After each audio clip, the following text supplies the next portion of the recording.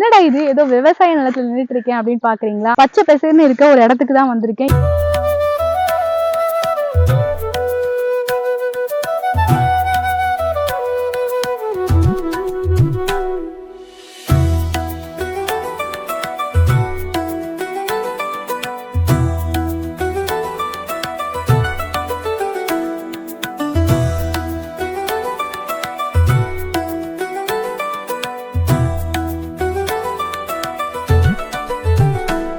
கீரைகள் இருக்குன்னு சொல்லுங்க. இந்த ஃபார்ம் கீரைக்கான விதைகள் வந்துட்டு நீங்களே ரெடி பண்றீங்களா இல்ல வெளியில இருந்து வாங்குறீங்களா? அரைக்கீரை வந்து 20 நாள் 28 நாள், முருங்கைக்கீரை வந்து சாம்பல், மாட்டு சாணம் எல்லாமே போட்டு வச்சுக்குது. இதுல நார்மலா 7 ரூபாய்க்கு இங்க சேல் ஆகும்னா 5 ரூபா 10 ரூபா போடுவோம் இங்க தோட்ட தண்டியா. கீரை நைட்ல சாப்பிட்டா கோல்ட் ஆயிடும்னு சொல்றாங்களாக்கா, அது ஏன் எதனால? நைட்ல சாப்பிட மாட்டோம், நைட்ல ஒத்துக்காது, வாந்தி வரும், வயித்தால போவோன்றாங்க.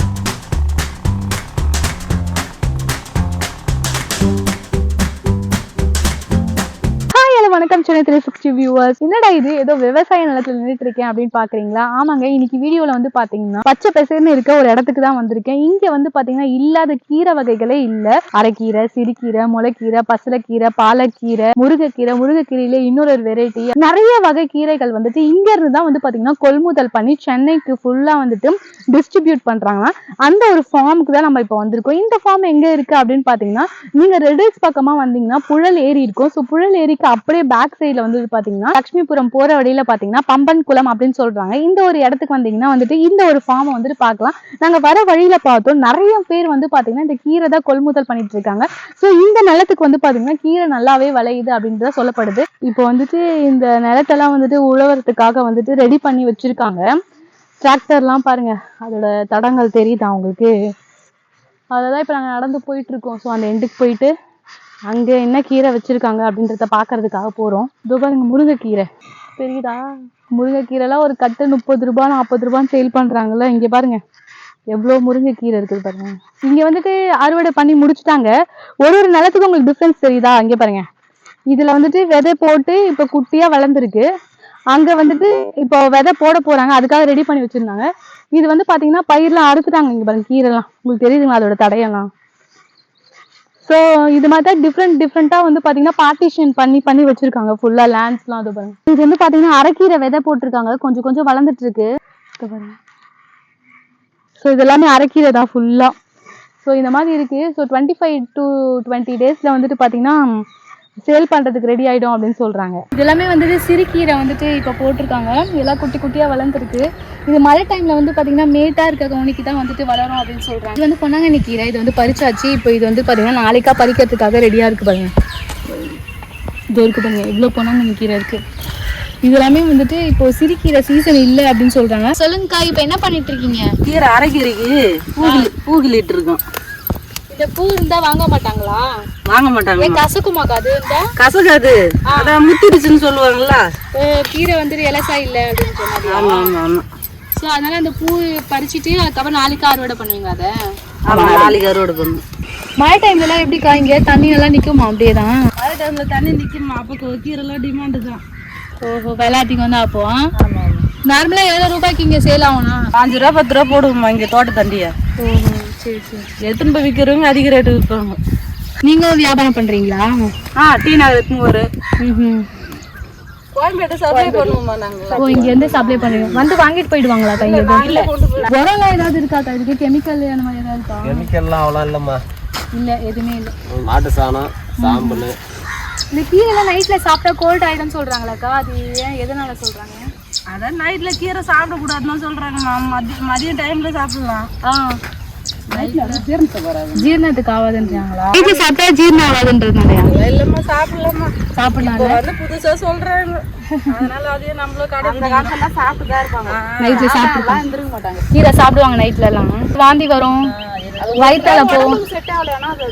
சில பேருக்கு உடம்புக்கு செட் ஆகணும், இல்லைன்னா சாப்பிடலாம்ல. இல்லை டெய்லியும் நீங்க அப்போ ஒரு கீரை ஒரு நாளைக்கு சாப்பிடுவீங்க போல.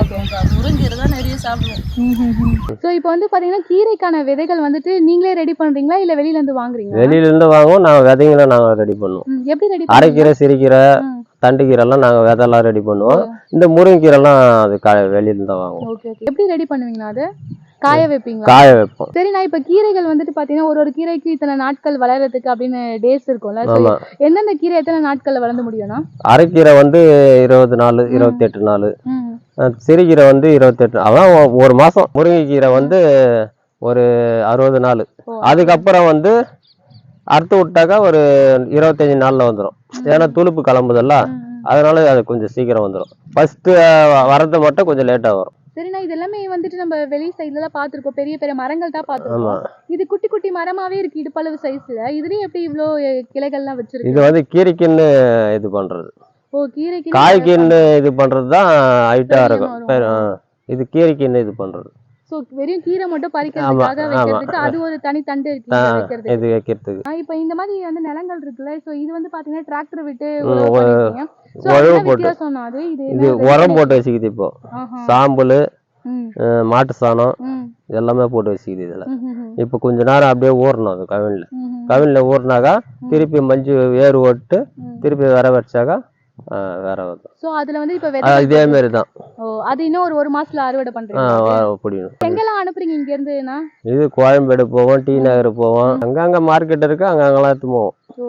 ஆவடி, அம்பத்தூர், அங்க போயிடும். எப்படி மக்கள் வந்து வாங்கிட்டு போவாங்களா இல்ல நீங்க? அவங்களே வந்து வாங்குவாங்க, நாங்களே வியாபாரம் பண்றவங்க. ஆமா, அவங்க வரலையானா நாங்க எடுத்து போய் மார்க்கெட்ல போய் விற்போம். எப்படி ஒரு கட்டு கணக்கா? கட்டு கணக்கு. எவ்வளவு ஒரு ரூபாய் கட்டு இங்க? இங்க எல்லாம் அவங்க வந்து வாங்கினாக்கா 10 ரூபாய், நாங்க எடுத்து போனாக்கா எங்களோட ரேட்டு. நாங்க என்னால எவ்வளவு விற்க முடியுமோ 5 ரூபாய் வைக்கலாம், 5 ரூபாய் வைக்கலாம், 2 ரூபாய் வைக்கலாம், 4 ரூபாய் வைக்கலாம், எப்படினாலும் வைக்கலாம். இங்க இருக்க விவசாயிங்க கிட்ட நாங்க நிறைய விஷயங்கள் கேட்டு தெரிஞ்சுக்கிறோம். எப்படி கீரை வளர்க்குறாங்க, என்னென்ன கீரைகள் பயிரிட பண்றாங்கன்னு சொல்லிட்டு இந்த வீடியோ ஃபுல்லா உங்களுக்கு அதுதான் இருக்கும். இந்த வீடியோ உங்களுக்கு பிடிச்சா லைக் பண்ணுங்க, ஷேர் பண்ணுங்க. ஸோ இந்த வீடியோ பத்தின உங்களோட கருத்துக்களை கீழே இருக்க கமெண்ட் பாக்ஸ்ல கமெண்ட் பண்ணுங்க.